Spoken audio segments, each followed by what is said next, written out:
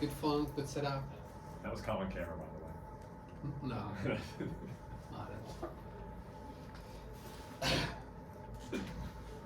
all. Okay. You saw the notes. It's modal selection. I would say it's relatively boring. Like in terms of the math, it's like super boring. I think the only exciting part is the empirical grammar complexity. The others are just like, union bound, great. I mean, yeah, we knew about them. There's nothing. But yeah, okay. I think that the topic is interesting and kind of important to discuss. And there are a few discussion points which make it worthwhile to spend some time on it. Well, I think it's like this week is just enough is this that you read on Tuesday, and let's talk about it today. So what is this about? So previously we had just some set of functions, and then we were trying to select the best function in terms of its expected loss based on some sample. Now we have a bunch of different functions because how do you know which set of functions to optimize for? Well, you could try to take the union of them, like all of it. That would be the first obvious idea, right? Like someone tells you, oh, like we have this problem, need to predict, I don't know, like travel times for travel and like collect the data and all that. And you could use a neural network, you could use nearest neighbor, you could use SVM, you could use, I don't know, so many different things. What architecture to use with the neural network, what hyperparameters to use when you're training this thing.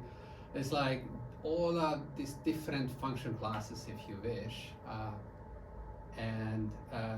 Well, you could consider merging all of them. If you merge all of them and you run ERM on all of it, then you have a function class of like with all the functions. And we didn't quite say it, but like you feel that that's prone to overfitting, right? Like it's just like you're massaging, you're massaging the data up to the point that there is nothing left, and so your predictive power of that, based on the data you choose a predictor that will do well on test data is like just completely gone because you just overuse the data. So you can always push it to the limit so that this is pointless. Nevertheless, people do this in practice, but maybe you can do somewhat better. So basically the situation is that you have a sequence of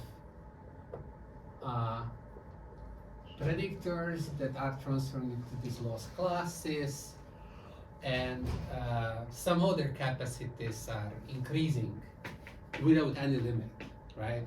So if you take like the union of it, then you wouldn't get generalization, but you wouldn't get anything. And in the worst case sense, you definitely overfit, right? Like with ERM and whatever method you use, you overfit. And yet you want to do something, like you want, if you would have only one of these guys, GI, then what would you do? You would run ERM. So what is that? It's just going after the empirical loss, just restricting to the ice class. And we had all these inequalities that were telling us that, oh, if you look at this guy, this is not much worse than the guy that you would get, which is the best in the class, plus some penalty. And then, I don't know, the penalty is, takes some form. It depends on somehow the function class, its complexity, we see dimension, whatnot, if you are in the binary case, and the sample size, of course. So an ideal goal would be, so this is the best that we could get so far, but the penalty is, specific a little bit to your situation. So the ideal situation would be if you could put the min over all of this, copy this whole thing,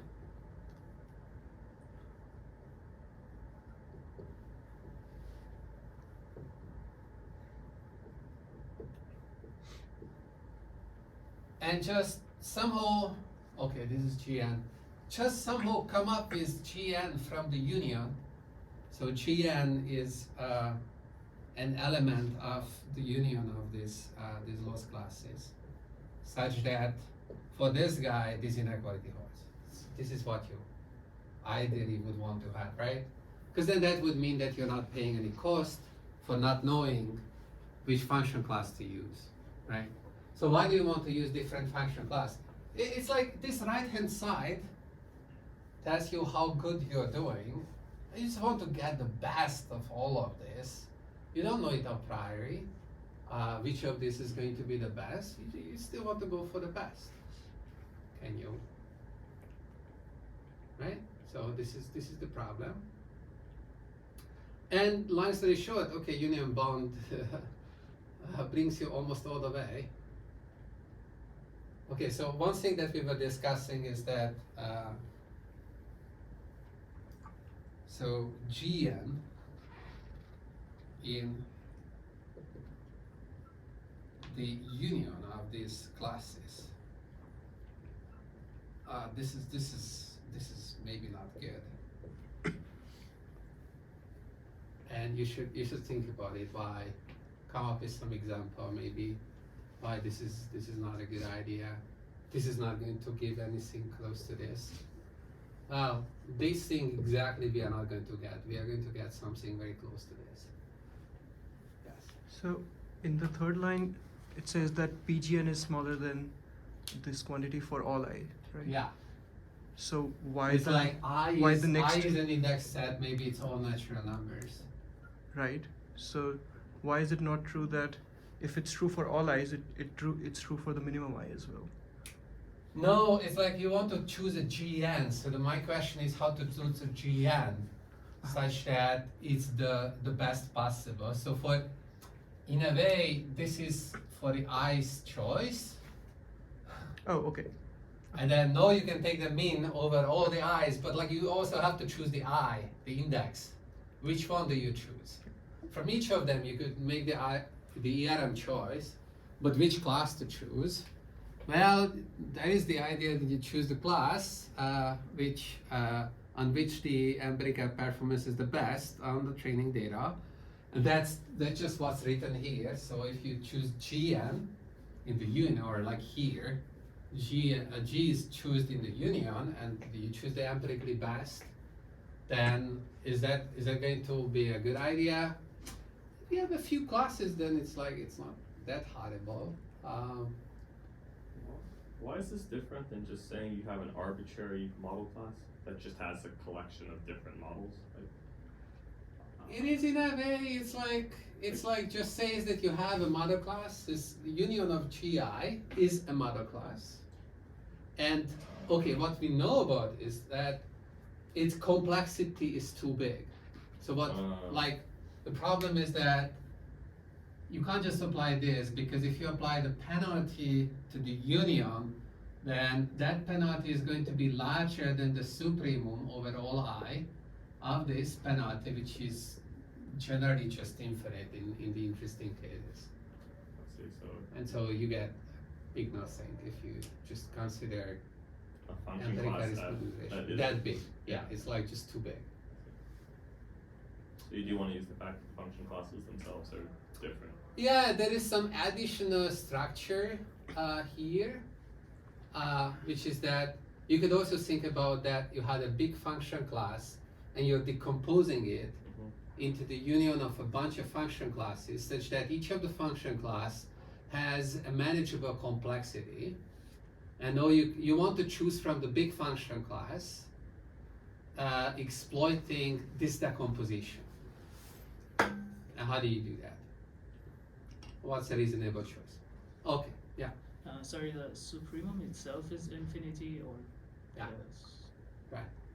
It's like, okay, so one simple example is if these are VC classes, then this penalty here is just basically square root di over n, where di is the VC dimension of class GI.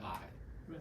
And then if that goes to infinity, as normally could go, right? So for example, you choose linear predictors with more and more features over, you know, the input spaces the Euclidean space. And you're throwing in more and more features or basis functions. Number of basis functions goes to infinity, then you eventually kind of resolve all the functions, so you kind of have a nice property for the union of all these classes. But at the same time, your capacity is too large, you have a hard time controlling estimation error, the penalties are blowing up, and if you just take the best of all of it, it will tend to overfit the data, and you get no good performance. Okay? Does it make sense? Okay. So it's like, if you have two big model classes, then you can consider decomposing them. The next question should be how? Like, oh, there are infinitely many ways of doing this decomposition. No one tells you how. It's like this model selection business starts by saying that, oh, like someone did the decomposition. What do you do? It is meant to be a simple thing. It's not something very sophisticated. Okay. So what's the first very simple idea? To overcome the problem that you could overfit to the data, to the training data. Did you see in the notes?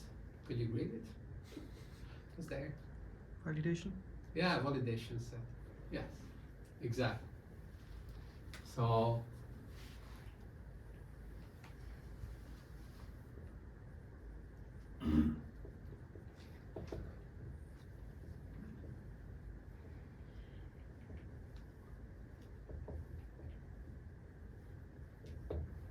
so you choose if you had some sample, you split it into two, you keep n samples for training these choices here, okay?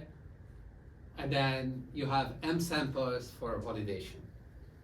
So you have Z1n, Z1m prime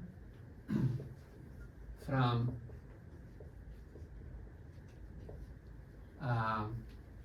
IID from this unknown P distribution, altogether having n plus m elements, somehow you're splitting. And this is used for training. This is used for validation. What does it mean to validate? It's gonna be that we use this sample to choose between these guys. Okay, so it's an independent sample.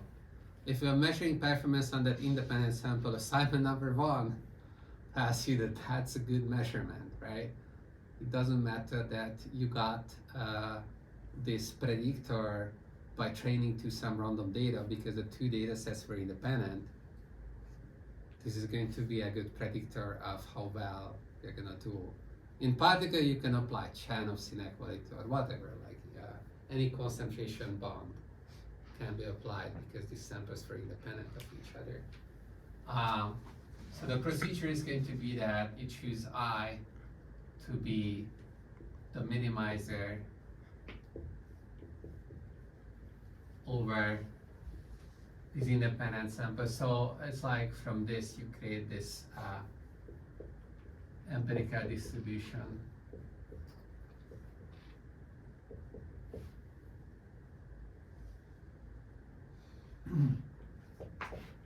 Okay, and we are measuring performance against these and choose the best. Minor modification, we still need a union bond. So we're going to add a little penalty.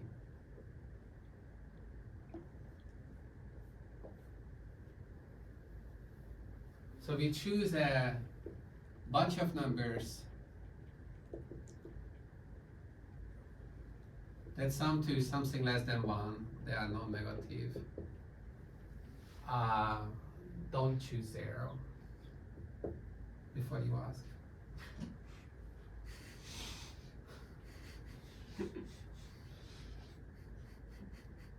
Unless you can choose 0, then that means you just don't like that class. That's fine. Is this known as like a log barrier yet? No, there is no log barrier. It's just a unbound thing. Okay. And okay, so typical choice would be this. And of course, this is upper bounded, or an upper bound for this.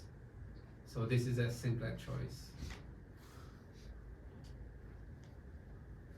Sometimes, yeah. If you're lazy, you write this. This guy's sum to 1, so it's like really tight. So why are you penalizing the later samples? Yeah, I guess it's just like, yeah, they have to sum to 1. If they are summing to 1, then somehow they need to converge to 0, as the indices like it's summable, right? Like if Qi is summable, then that means that Qi has to go to 0. So now that creates the question of like, in what order should I consider this decomposition? There are so many different orders I can consider.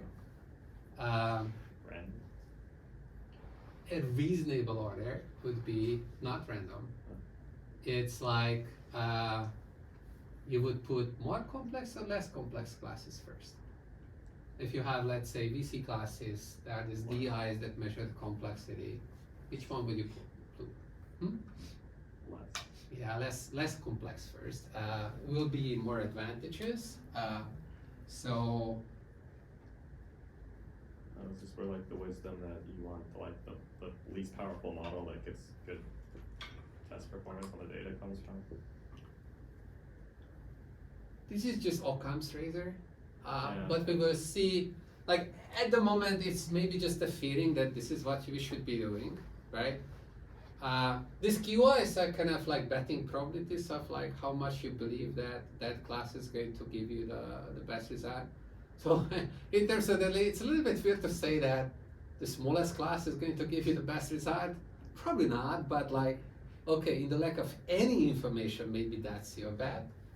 I guess too, maybe that's an implicit bias that larger classes will have an easier time minimizing the function, so you want to like normalize across size. Does that make sense?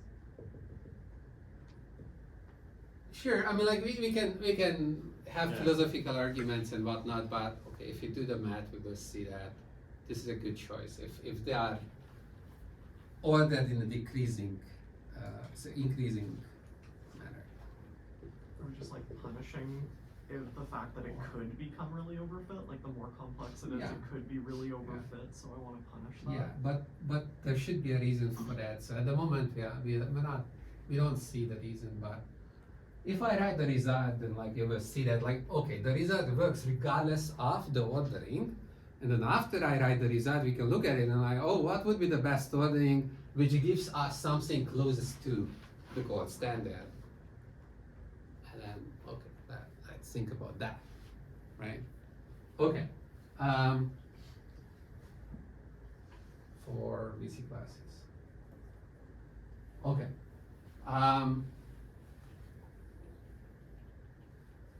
Okay, what is the result? The result is going to be that if you do this,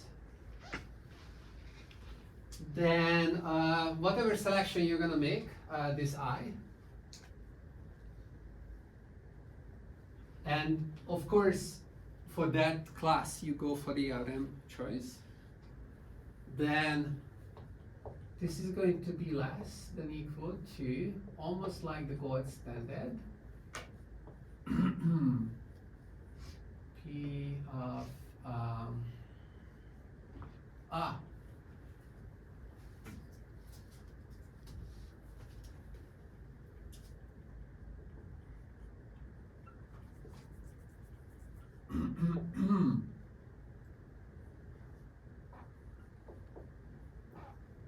there are these penalties. So we assume that this result holds with probability 1 minus delta, okay? Okay, let me put the delta as well. Okay. So to spell it out, for each I, with probability 1 minus delta, if you take the ERM for the class, the ERM satisfies this inequality with some function penalty that depends on the identity of the class, the sample size, and data. Okay? We have seen plenty of inequalities of this type. Okay. So this is A1.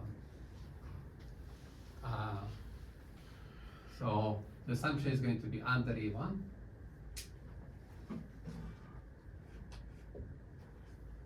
And of course, I don't know, this thing also holds. Then you get this penalty business. Okay, you have to apply a union bond, and you will get this pesky QI, 1 over QI.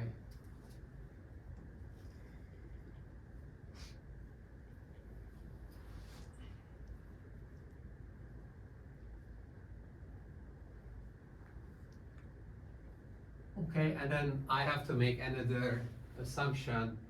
I think the loss classes are bounded between, I don't know, 0, 1. For simplicity, it's more like an example. So here I apply a Chernoff inequality. So Chernoff will give you that if you make this choice, okay, sorry, you make whatever choice, G and I, randomly chosen, then Pm prime G and I is going to be a good upper bound on P applied to G and I, up to square root log 1 over that divided by 2n, right? So that's just Chernoff's inequality. Then apply a union bond, this holds for all I, and there comes the result, that's it, okay? So the proof is just union bound and Chernoff.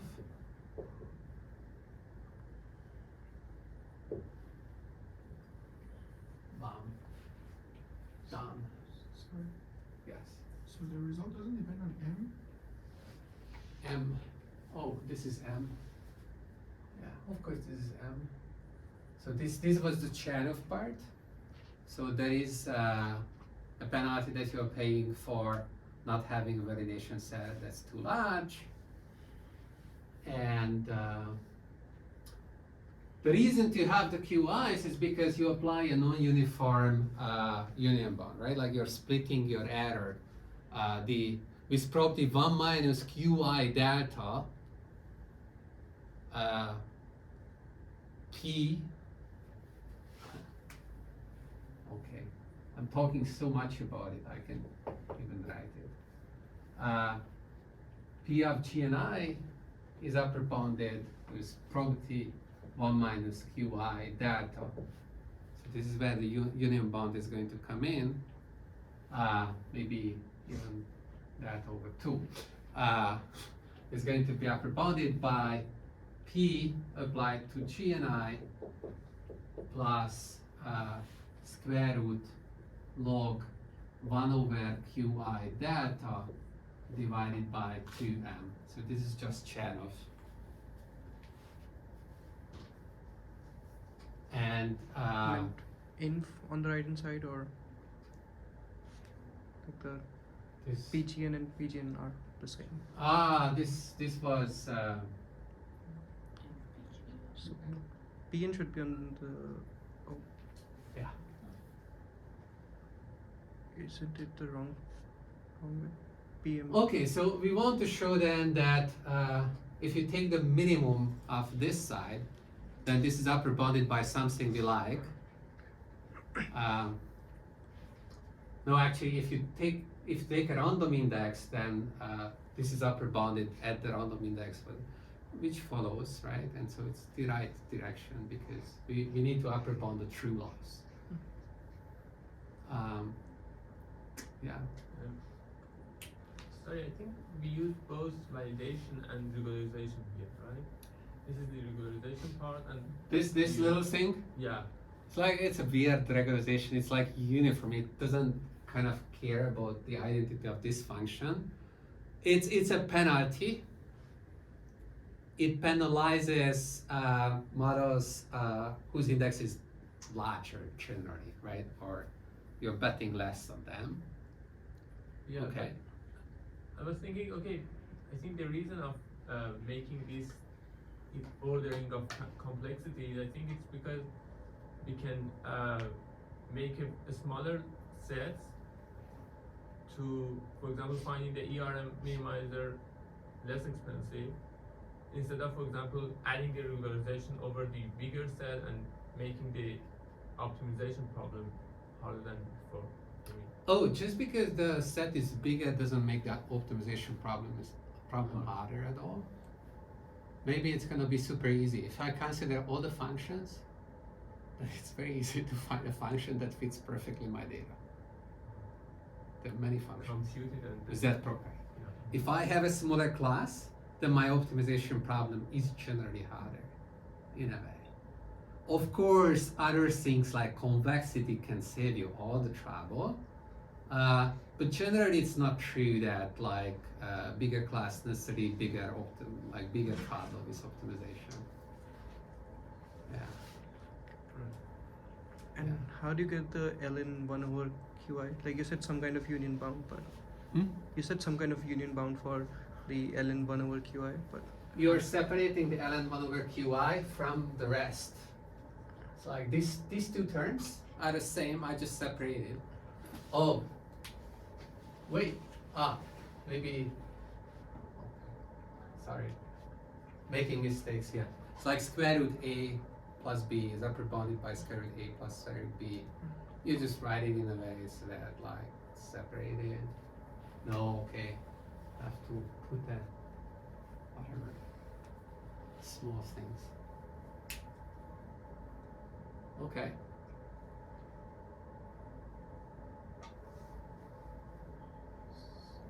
Yeah. So like if we don't have any prior over these subclasses and we can set qi equal, like for example if you have like finitely many, then we can set it to Absolutely. 1 over that, and then the price we should pay is just like log of the number of subclasses. It's not too much. Not too much. Yeah. So you can deal with exponentially many of them. Yeah, that's a good point. Yeah, it's worthwhile to discuss the finite case. In a finite case, you actually have to make a real choice between them. You can deal with a large class of these model classes. so this Okay. is the case only for when we have like infinite number of these. Yeah, then you really have to make some ordering choice. Yeah. And now we can go back to that question, like, is it really true that we should put the least complex models first, and the largest probably goes then on the first, and then the probabilities are decreasing. So if you look at this result, so here, if you have square root di over n, and here the QIs are chosen to be the 1 over I times I plus 1 or 1 over I plus 1 squared, then here what you get is square root log 1 plus I up to a constant factor. Maybe there's a 2 over there. And so you see that earlier you had this penalty, and now you are gonna have this other guy. So does it really throw off the minimization?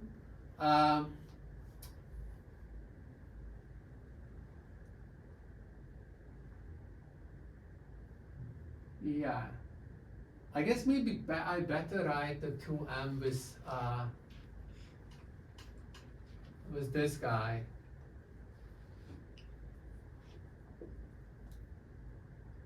Then I can argue that,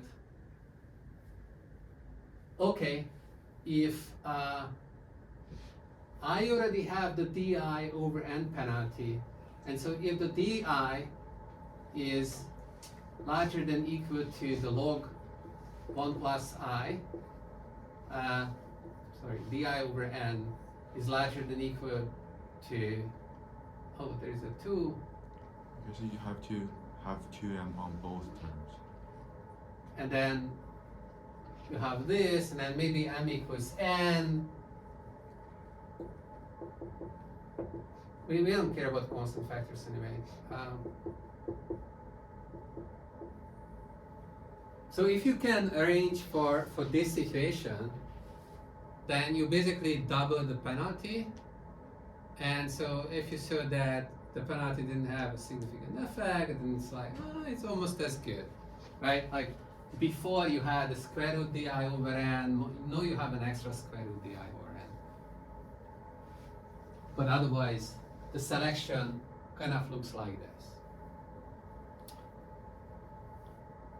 It sounds like the order of increasing the complexity should be more than, for example, the logarithm of the index. Yeah. Then eventually this is satisfied, and then these terms are negligible compared to the other terms. If you would consider the ordering, yeah, I don't know.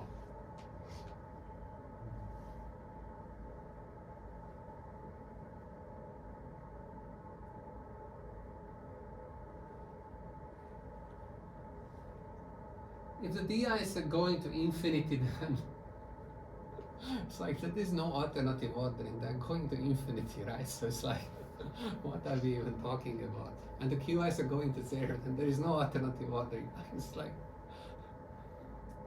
right?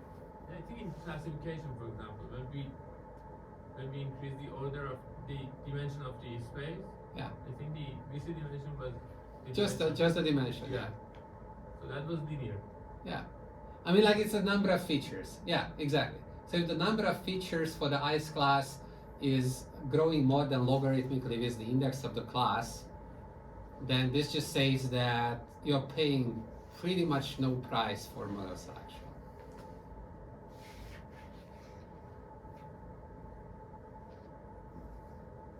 So let's say di is linear in I. It grows faster than linear. Then one term is logarithmic in I, the other is linear in I. It's like the term that's logarithmic in I is like nothing compared to the other terms. So you should be thinking that there is no price. Okay, that's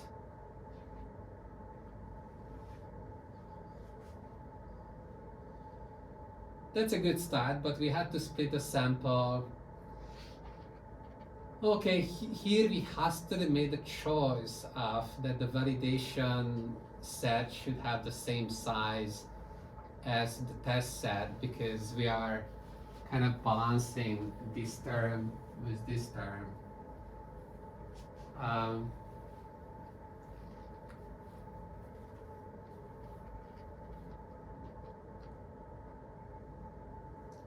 That feels very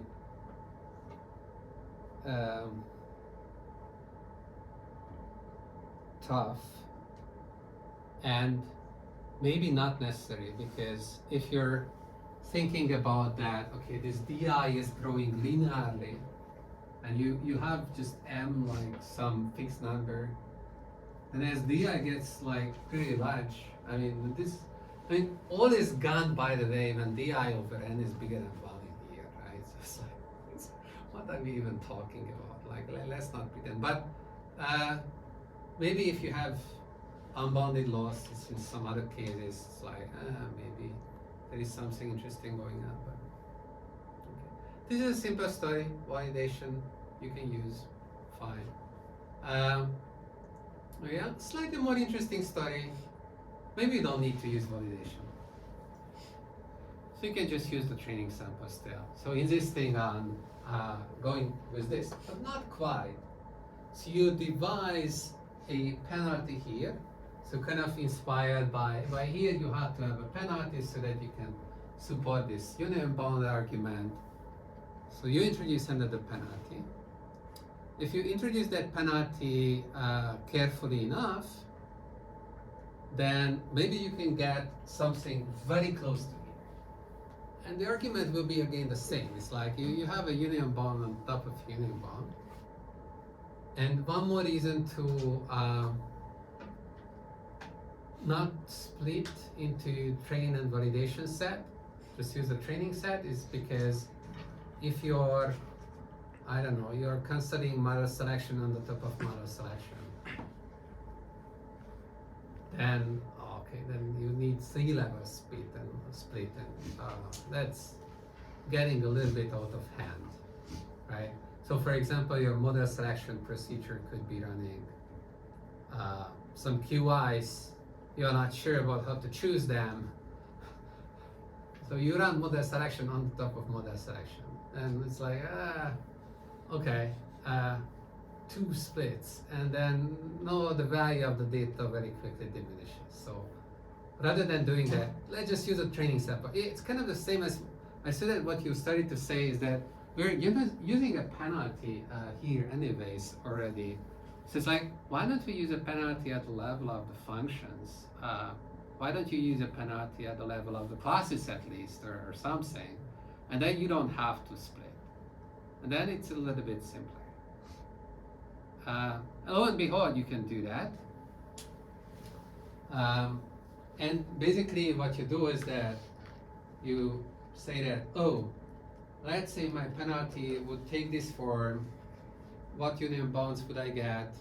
How can I choose then this form in such a way that at the end the result I get, which includes the form of the penalty that I choose, like the square root log 1 over qi came out, is going to appear in the bound, and it mostly resembles this. So then what penalty do you end up with? Well, this penalty, basically. It's like when you're choosing between these classes, you choose this and combine with this other union bound, and that's exactly what you do. And then on the training sample, you can get the same results. So let me just write this down.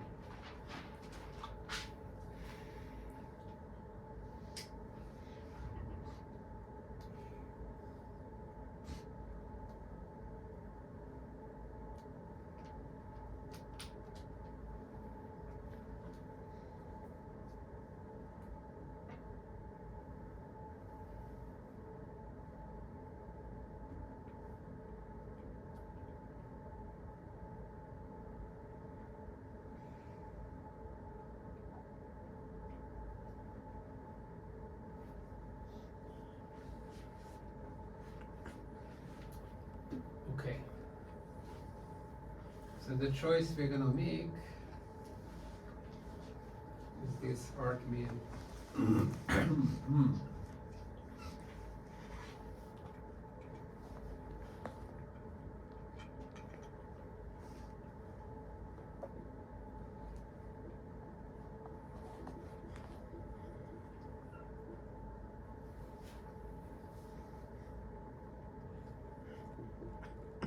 Okay, so this is the algorithm, this is the penalty that you choose. It depends on the individual functions, it's like function level penalization, and it depends on the data, and it depends on the index. And then you have the analog of this theorem, which is just going to say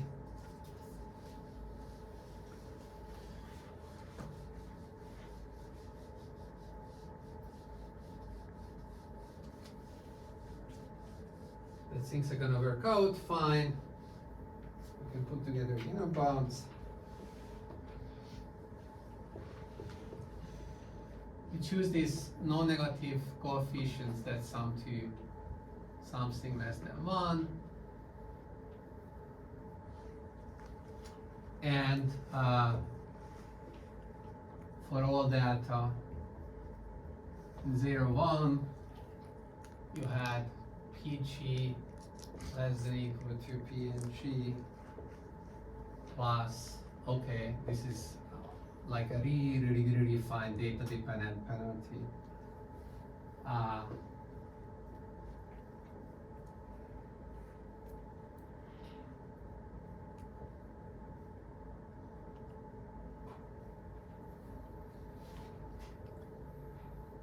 For some alpha beta lambda positive C naught greater than 1. And let's assume that this penalty factor at any n top of z is as large as this penalty here, and a little bit larger.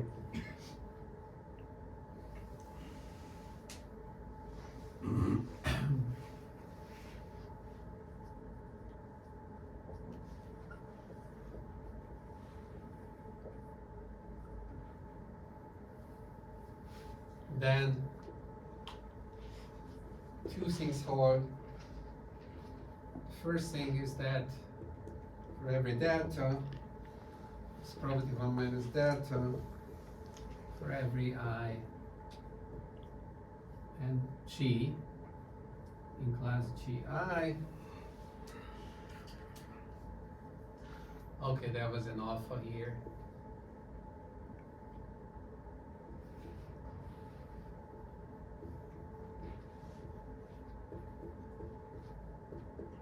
So you get a uniform upper bound based on the penalty over all the classes. So it's like you could effectively take the union of the classes and still get an upper bound on how well you are doing in terms of the sample. And of course, it follows then that for the ARM choice,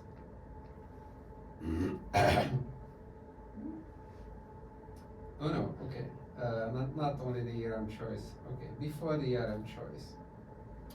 It's like this guy, we want to upper bound it in terms of its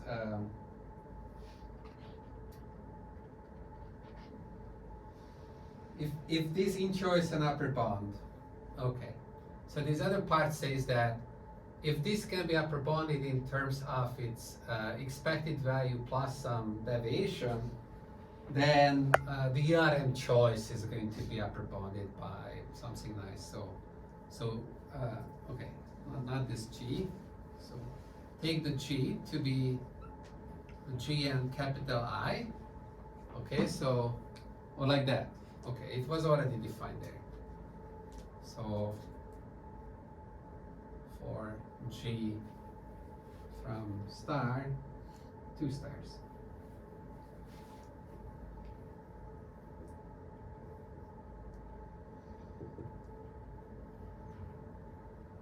With probability 1 minus delta of PG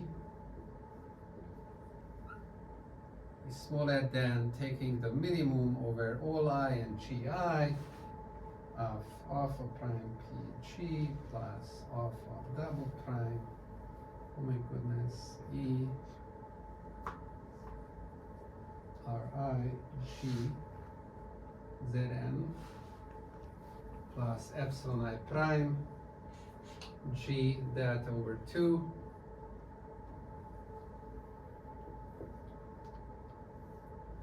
plus 2 beta minus 1 positive part log 2 over delta divided by lambda n to the power of beta, assuming that for all delta and I and G and GI, this thing can be upper bounded by this thing. Okay, so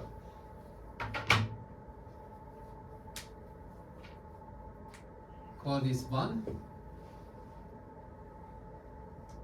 call this 2 at delta over 2. So this is delta over 2, but like I needed the delta, right? So the assumption is that you have an upper bound for 1 in terms of this expression here with delta that holds with probability 1 minus delta. And you were just putting together these things, just chaining inequalities. The previous inequality tells you that, oh, this was uniformly true for every I and G, so it holds for the random index I and G, so it holds for here you're plugging in capital G, capital G, capital G. random I, this business, and then this whole thing. I don't know whether the C naught is not accounted for. Okay, that's not. Figure it out. Then you have this, and you want to upper bound this in terms of its expected value, but you already have an inequality that says that this guy is uniformly upper bounded by that guy. So the random choice of the index I is also upper bounded by this. Okay.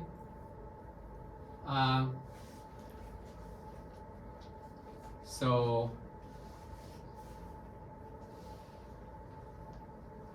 then you just plug that in, and then that's how you get the result.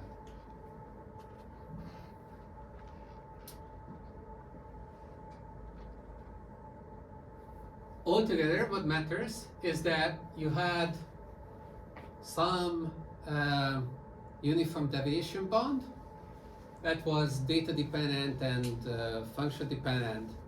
You choose the penalty to be at least as large as that bound. Okay, this is it. Okay, there is this little thing that there is a factor of 2 coming in, but otherwise it's kind of the same. If beta was equal to 1, it's exactly the same, but if beta happens to be 2, let's say, this is the positive part, so it's like take the max of this number, beta minus 1 and 0. So if beta is greater than 1, then that's some factor of 2. That just comes from haphazardly splitting, like with a union bound things, splitting 2 log factors when proving this part.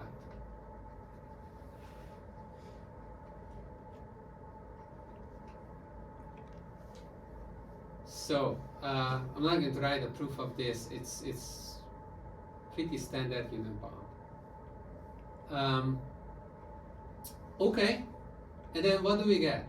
So if you would get, okay, very simple scenario, not data dependent anything, just the upper bound are square root di over n. It's like the VC dimension case, right? Your penalty is square root di over n. This is not data dependent. This inequality is like there is nothing random there. So of course it's like, yeah, this holds, right? So you can upper bound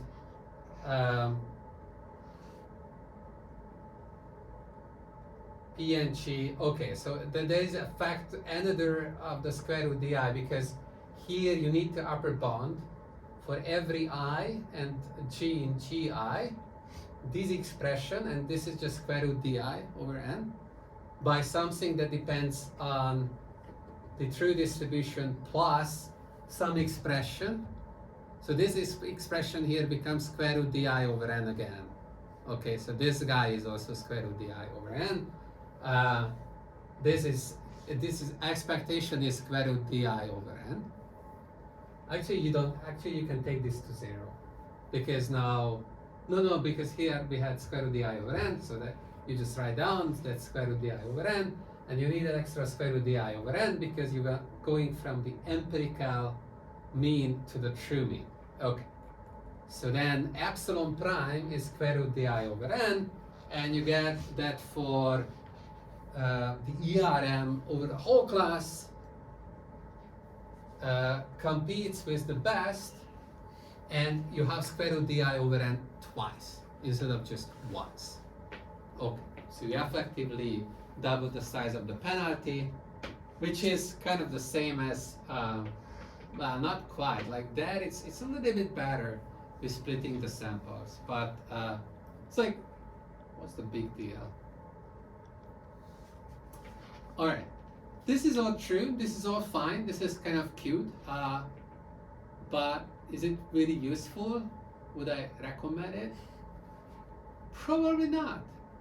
It can be very conservative, especially if you consider these VC upper bounds.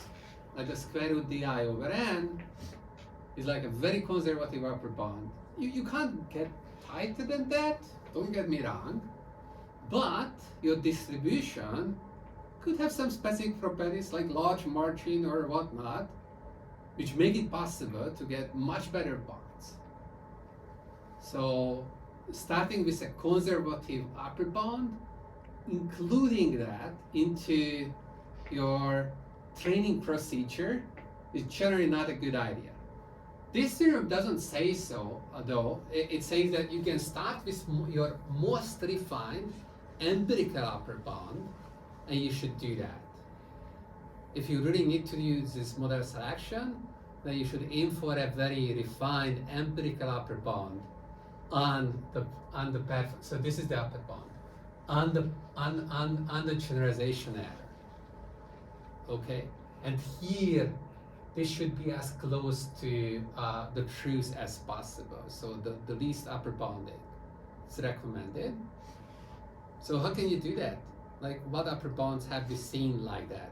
Well, not much, right? Because we were not really shooting for this. This is the first time where we see that. It's not that, like here it became, because we want to include these penalties into our selection procedure, it became really important that the penalty is not too big, or like the generalization bound is not too big if it doesn't have to be big. It can be very selective to the function, to the distribution. It should be as empirical as possible. So there is a big industry then that tries to produce these empirically tight upper bounds. Maybe with the view that one day that could be used in model selection, that people run like this. Do people really like this, run this? Not really. Like, people are either completely careless about, well, I guess it's like, always have finitely many classes. It's like, your computer is finite, your time is finite. You're never gonna consider infinitely many classes. Like, yeah, in theory, yes, but like then very quickly you're not doing it. So then people are like, then it's almost the same as like if I had a validation set and I would put these QIs to be equal, then I can just go with the best on my validation set, and that's what people. Yeah, don't typically people use. usually use just validation sets? People then not even use sometimes validation set, but like there was a time where people were doing that. These days, I don't know. Like maybe some people do. Actually, they do. Like it depends, For right? choosing hyperparameters and Yeah. For hyperparameter tuning, they would maybe use, like, you never know, right? Like, you read the paper and you're like, did they do that or not? And let's look at the code. Yes. What happens if you did model selection with like a k-fold value, like k-mini value, like k-fold? Right. And so now, Did you okay, so boost this validation business was just as simple as possible. You could do k-fold cross validation, leave one out. There used to be a big industry about these. So what comes to mind if we start to mention k-fold cross validation or leave one out? stability. Yeah, stability is the first thing that comes to mind. Like, at least you should consider stability because, like if you have procedures with different stability properties, then they're going to be very differently impacted when you consider k-fold cross validation. In the case of validation set, it's like, yeah, okay, stability is not really a concept. So specifically, if you have large margins, how do we incorporate that, formulate that? Right. That is a good question. So we need some alternative ways of getting some upper bounds on the performance. And so, as I said, there is a whole industry on this. So pack-based upper bounds are a big industry. Those are,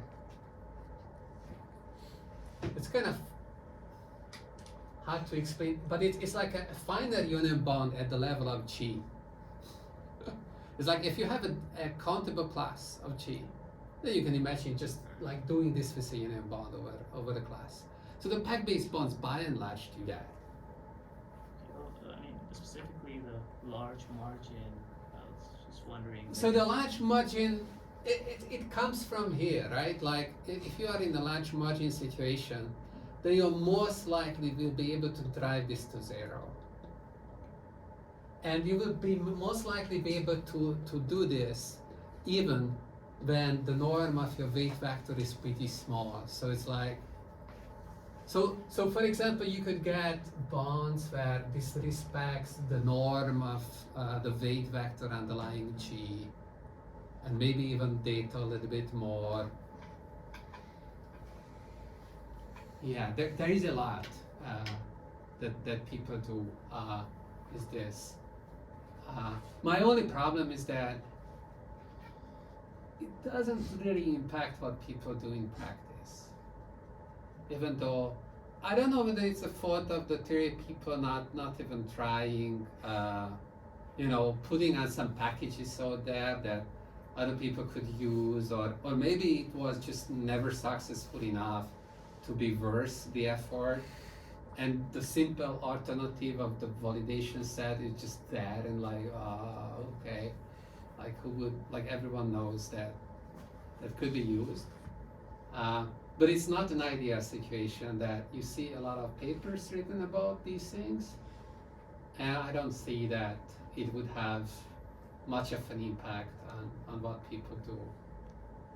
The model selection literature is like, there's a lot of model selection works out there. I see them at conferences. I'm curious, like, I don't know what do you even call model selection literature. I mean, like, this is kind of done and it's like ages ago and kind of trivial at this level. There's not much else to say. Like this general theorem encompasses a lot. What people do then is to come up with different inequalities, data dependent inequalities, which hopefully you want to plug it in back, but like, yeah, that doesn't really happen. So that is in a way an issue with this whole literature, that it's kind of disconnected from practice a little bit. I always see model selection work for bandits, and I'm like, what are these people? Oh, model selection, that's gorgeous.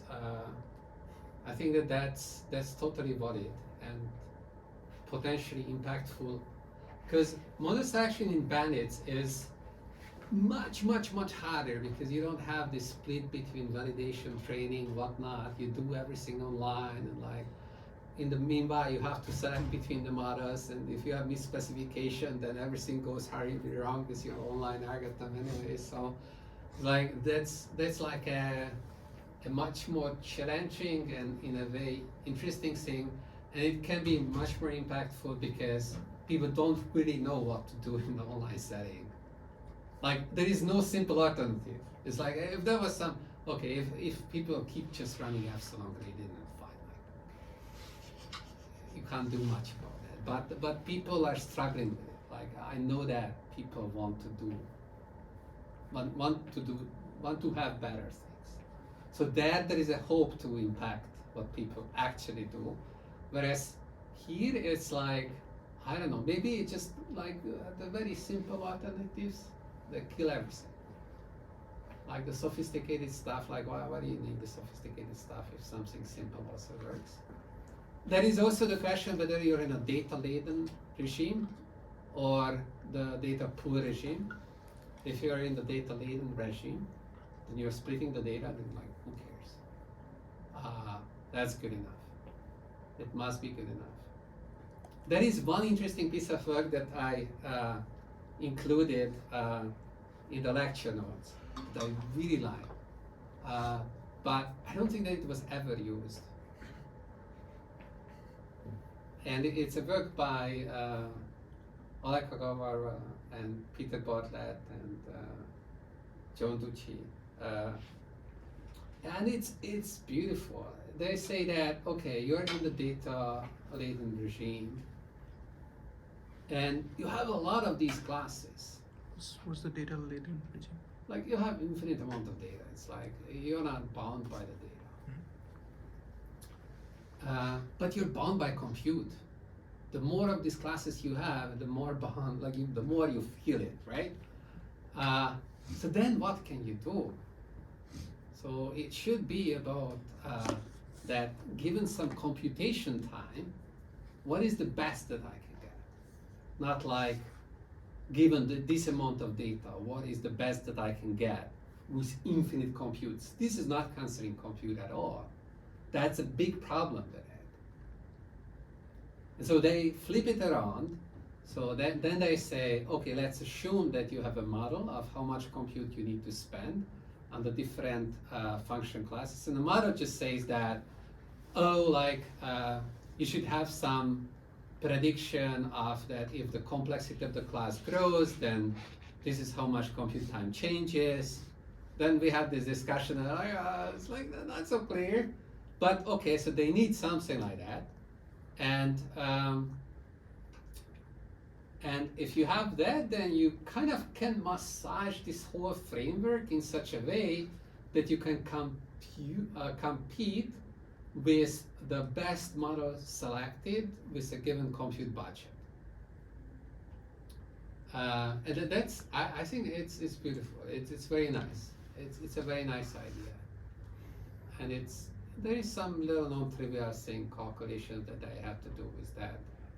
So I recommend looking into that. And I wish I that code on. For some reason, I totally don't see it being used anywhere, which I don't really understand because it's all about compute these days. It's like you have a lot of data, but compute is expensive. Is it like, for example, when we say VC dimension, we just care about polynomial time, but we don't know. No, this compute time is much more refined. It's like actual budget. It's like, so let's think a little bit about this. So the compute time, okay, it's actually complicated. So maybe this is why I didn't code up. Because I think that in the original paper, what they were saying is what's not true, which is that if you get a bigger class, then the search in a bigger class takes more time. It's not true. And so that's not a good starting point. What happens is that the interaction between the data and your class determines how long does it take to find the ERM solution. Let's think about some classic case. Least squares linear prediction, right? Ridge regression. What's the compute time? Well, the compute time is by and large, okay, governed by the size of the data, fine, but it's also governed by. So if they're considering compute time, they're probably considering searching through finite classes, and then is it kind of more No, fair I mean, that like they want shouldn't, right? Like it's like that would be very silly. Like no one does that. If you want to develop some useful theory, you're not starting there. Okay. This is about compute, so it's like finite classes. It's like no. Okay. Yeah, no. I think that would be over it. Like that's equally silly as saying that the compute time increases with the complexity of the class. Yeah, I was trying to justify that. Like maybe that was. Yeah, I don't think that. That's not a good justification because, like, what is happening is that you choose a different neural network architecture, or you choose different features, and so to finish my thought, it's the condition number of the problem that's induced by the features that you're using. That's going to govern your compute time and stuff like that. But that's data dependent, so it's really hard to know.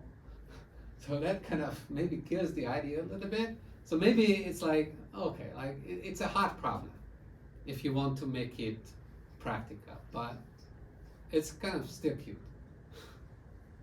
Well, really recently they've been like considering the energy costs of building these models, right? So would Yes. that be where we start to come into? That's the I want to same reduce kind of, compute right? time? Like it's just like a different metric. But that's been popular in the news with like. Yeah. So I mean, like, yeah, it's popular to say these things, and then they do like really silly, simple things that make absolutely zero sense. Yeah. So the scaling loss is kind of the same thing, right? Like you try to predict how your performance is going to behave as a function of I don't know, either data set size or architecture size, and you try to predict maybe compute time as well. And then you do that by extrapolating widely. Basically, that's what you do. It's like you say that, oh, this is how this curve starts. It's like this is how it finishes. It's like clear. Like there is no other way of continuing this until you're proven wrong. Yes. So it's like the Moore's law curve where you just keep thinking it's going to be 2 times. It does, I mean- has to bottom out at some point. I mean, if you see a lot of polynomial curves, then every curve has to be polynomial Yeah. after that, right? This is basically what's happening. But fine. I mean, like, you could take that, and that could maybe be used together with some more clever techniques to basically what these guys are doing in this model selection that respects commute time is that they try to eliminate suboptimal choices. So it's like branch and bound. It's like I don't even have to consider this because I can predict this is not going to go well. So they create some grid that's crude. Based on that, they take a few measurements, and then they refine the grid wherever it needs it's more likely to lead to better results. That's much more clever than what I see today, which is that I think that today the discussion got to the point where we're discussing how big a model can be trained with some budget. That's it. And then where are we going to land? That's what, and that's not really model selection. There is also the underlying belief that the bigger model you train, the better the performance is going to be anyways. So there is absolutely zero model selection here. There is the absolute unquestionable truth that bigger models are better. Which is interesting. We talked about it a little bit, right? Like why is this belief? Aren't they trying to overfit the bigger models? They're not trying to overfit. Of course they don't want to overfit, but they want to fit. So it's like early machine learning, I think, was discounting too much discounting of the approximation error. So in all of these expressions, you see 2 terms. Like one term is like how well you're doing, the other is like how big is your variance, like the estimation error. And like a lot of the theory was just focusing on the second term, and then the first term is like, it is what it is. But of course, if that term is dominating the second one, then that's the most important term. And so when you say bigger is better, you're just saying that I think that the approximation error is what's killing us here, and we should make it smaller. And the estimation error is somehow not the problem. But now they say even if that first term is just 0, still bigger, better. No, that term is not 0. This term is 0. This term is not 0. Okay, but now they But say like, if this was 0, we would be done. It would be like the world would be over. AGI would be here. no. Yes. You're exterminated. Oh, now I see. Okay, that's Right? Yes. No, I'm just Okay. kidding, but Okay. like, this is the truth. Yeah, right. It's like the actual error. That's not 0. It's like these models are hallucinating like crazy. Yeah. Anyways, okay, so there is this part. What else? Okay. And then there is, okay, so the one beautiful calculation is the empirical Rademacher concentration. That's just beautiful. I like yeah. So like I assume that you usually use this model selection, like these type of arms, if you start with a big class of functions and you then make it different subclasses, right? It doesn't Maybe. usually work like KNNs and neural networks coming Right. together. And then like based on your It problem, could be homogeneous too, right? Like even just in KNNs, choosing K, it's like model selection. Okay, I get it. But then it seems kind of like odd because based on your initial problem, the band you might get, it's very like tailored to the problem. It really depends on the problem. And then if you want to use these results, you have to target these kind of bounds and then use their analysis, right? I mean, like, this whole thing is like so modular on, like, if you want to use these results in some other context, you should find Right. these kind of bounds. You for- need tight bounds first. And you should do your like decomposition such Right. that you get these kind of bounds, right? Yeah. Like you should target these and then Right. use their analysis. But it seems like based on the problem, the thing you might get is like very specific and Yeah, that's maybe good for the people who want to make a living on this. okay. Not good for everyone else, but You know, it's very hard to use this kind of Right. stuff. I mean, but there are some general considerations. So okay, so one of the ways to try to get bond like empirical bond is exactly like cross validation. So a big class of methods is going to be stable. If you have stable methods, then maybe cross validation can be used to get these bonds. Stuff like that. This is what you should be thinking about. And then you try to patch it up so that you actually get a true bond, as opposed to just like, you know, this crude like, okay, cross validation gives you something, but if your method was not stable, then it just means nothing. So you try to do a little bit more to get a bond, but you can still target pretty big classes of methods. So KNN is going to be stable, and the regularized method is going to be stable. So like, yeah, like that's pretty general. In fact, there is this belief that if your method is not stable, it's a bad method anyway. So it's like you should just not use it. So also we can have some freedom in the way we decompose like a large class of functions Oh, yeah. into some smaller That's ones. really very some, right? Like because we don't know how to do that Yeah, so, in a principled fashion.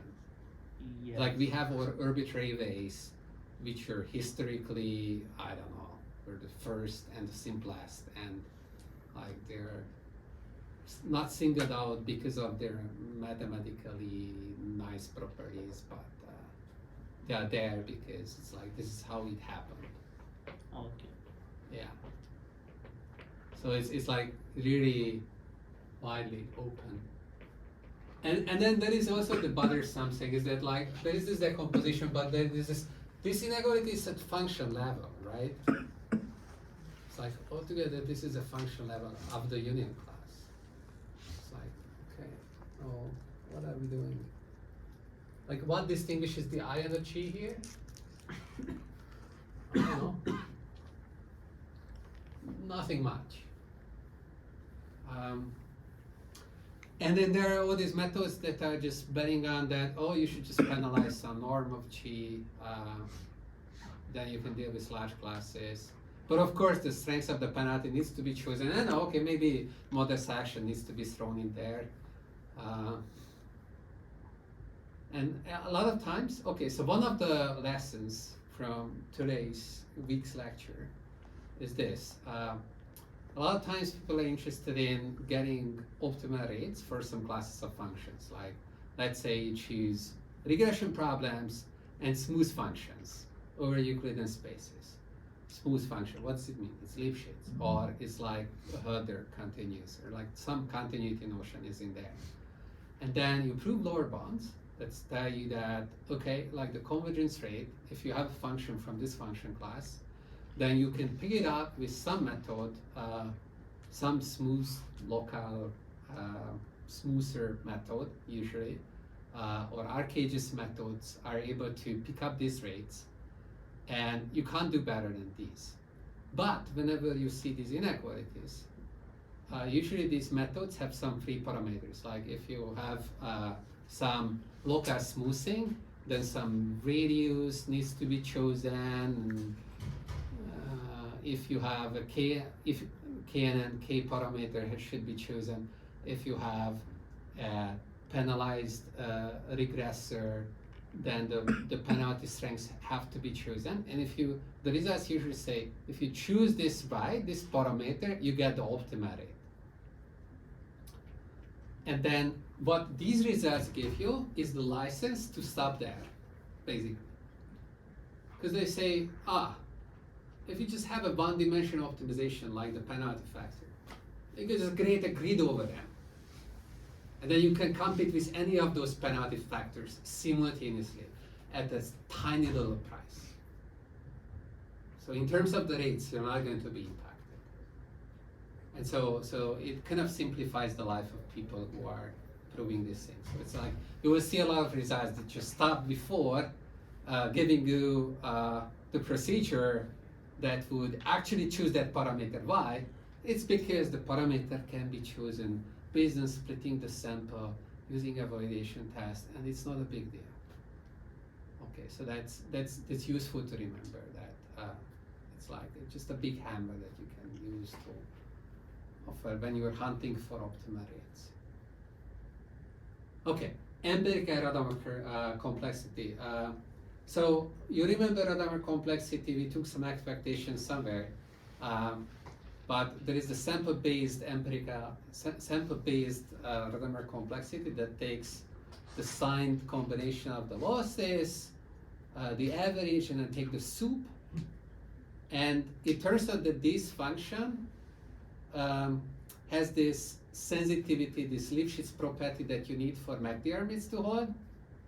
That's not hard to see. So there is a little argument that this function that maps from n tuples to real values, it has this sensitivity that if you just change one argument of the tuple, then the function itself doesn't change widely. We kind of almost used this in some previous proof. I think we kind of like just proved this, but it was not. And then so now you can use it and show that if you calculate the empirical Rademacher complexity at your sample, then that's a good estimate of the true Rademacher complexity. And so people are proposing that this could be the empirical Rademacher complexity at the sample. So,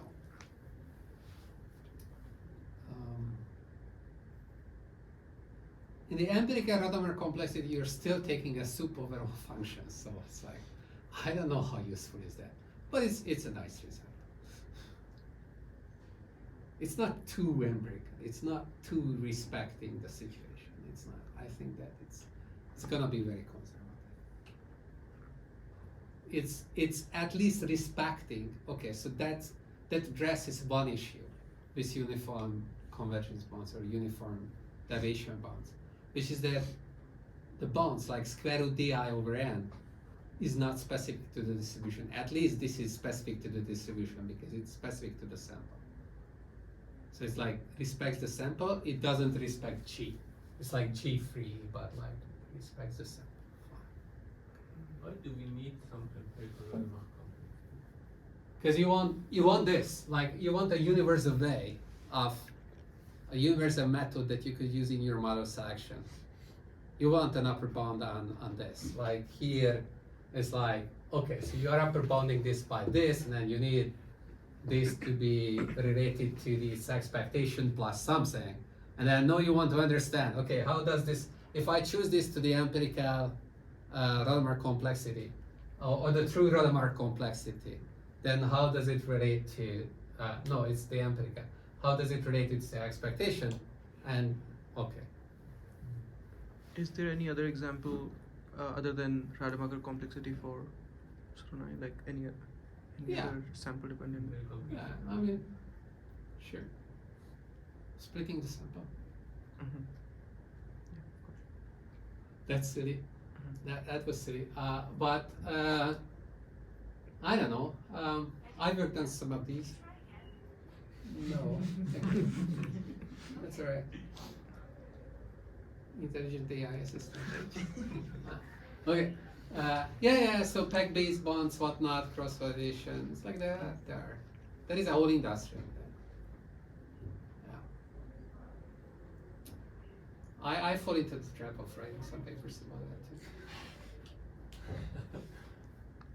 It was fun. It is fun. It's like you were kind of like, oh, I really want this to work.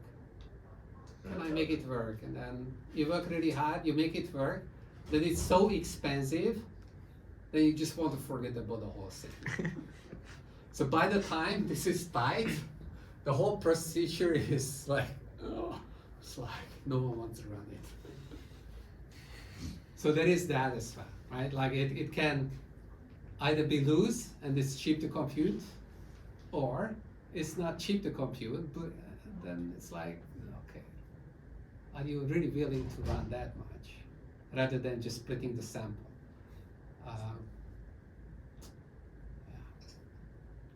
So Okay. it's like when we were dealing with those QIs, after a certain point, it's just not worth it to keep dealing with them. The QIs? That was a while ago. I was just seeing if there was some sort of relationship with that. If there's not, then I don't know, like here when we had the QI, we were splitting the sample. oh, we were splitting. So there was Yeah, No, we no, were you're- splitting the sample. yeah. That was me misunderstanding. Sorry. Previously, yeah. Okay.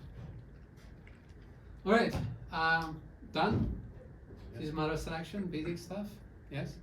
Wait, but I think these are really two separate questions, model selection and learning the task, something like that. I mean, we can, I think, reuse the samples, right? I forgot something big, yeah, but go ahead, yes? Yeah, I think we can reuse the samples. For example, we can use the samples to see what's the model, what's the good model, and then in that model we can, for example, learn the problem, right? Okay. Is this the case? I mean, Yeah, you can phrase it like that, and that reminds me that model selection itself is a trap. Yeah. Yeah. It's like a big distraction. You shouldn't even consider doing it. Like, you just learn the function, learn the then function in the union class, whatever it means. I mean, like, this is kind of trying to go there, but who said that you need to choose a model? You have other options. So, for example, from each of the classes, you're choosing one function. You could consider combining them. because I don't want to overfeed. Yeah, if you, I mean, generally you don't want to overfit, so, but like no one really forces you to make a choice. Like it's kind of like a, But is it a good choice? where it's like you're restricting yourself to choosing as opposed to taking a linear combination. Like or, feature selection. it's like I don't know whether like this is if you're choosing, that's selecting, that's like feature selection, as opposed to put all those features together and then consider everything together. But okay, so here what I wanted to say is that the alternative to model selection is combining the models. So take the linear combinations of them, for example. Okay, all right. So the objection is that okay, like prediction time, the cost goes up because no, we have to predict with so many different things and then we have to linearly combine. Okay, but I just learned today that in this modern day we have a new verb for everything, and the verb for this is that distill. Like okay, so you just pretend that you can fit a model that predicts the same way as the linear combination with a bigger class, and for that, I mean, it's a practically oriented thing. Does it work? Does it not work? I don't know, but it's just easy to forget that you have alternatives. So if you don't have to choose, don't choose. Like a lot of times you can combine. Maybe you can combine with sparse coefficients. That could still be much better than forcing a choice. How do you choose the coefficients? And then there's the question, how do you choose the Yeah. coefficient? There are simple ways. There's super simple ways. You're measuring the performance on validation test, validation set, and then rather than discarding, which is like a non-smooth operation, they would just take the linear combination where the coefficients of the combination depend on how well you're doing on the sample. Usually you exponentiate the negative loss. Okay, so if you have a big loss, then you don't want to put much weight on that. And there are easy ways of tuning this, and it performs way better. Like I was actually like few rare occasions when I was running experiments, with this. It's like wow, day and night. Like you force model selection, it's really bad compared to this combinations. Or we can over randomize all the models. That's like the cheap solution of, yeah, some people would not like if you randomize, right? Like every time Google is showing you some results on the Google search page, it's different. Then it's like, oh, it's not consistent, but maybe you can de-randomize. A lot of times you can de-randomize, like there is some underlying convexity going on and you can actually combine the models.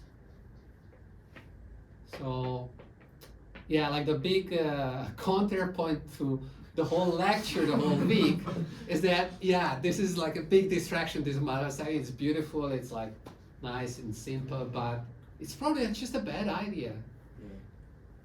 One more question. So like in that kind of stuff, so the thing that we add to each function is specific to the function, right?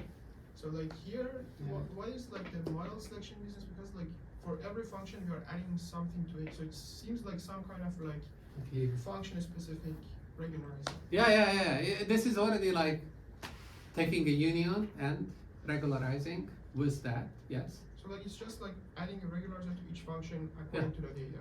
Yeah. It was the procedure. This is the procedure, right? Yeah. It effectively took the union of the classes, which we were saying at the beginning you can't do, but you can if you add the penalty, which is appropriate, and still get guarantees, which are almost as strong as the original guarantees were, right? Because that was the goal. You can meet that goal. And actually, this penalized like selection is maybe not that bad if you can choose good penalties, but then we go back to here, like what is that? It's like maybe not so simple. And then there is this strength to not selecting models, but Tom calls this Bayesian model averaging, but I don't know why. If you see a convex combination of something, do you really have to call it Bayesian? I don't know. It feels like that. It's a little bit arbitrary, but some people like Bayes rules, so sure. Yeah. Okay. All right, done. Next week is Arcadius week or something. Next week is reading week.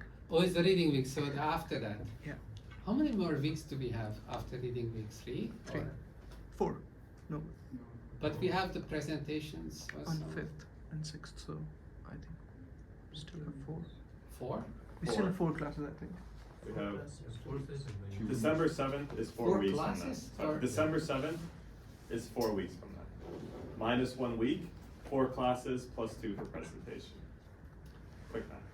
So it's 2 chapters that we are likely going to cover. Yes. Wow, that's tough. We We're can- at chapter 9, or? We can just continue this class into next semester. Actually, true. It's like, maybe there will be a second edition of the book with 20 more chapters, but Double the amount of incorrect words.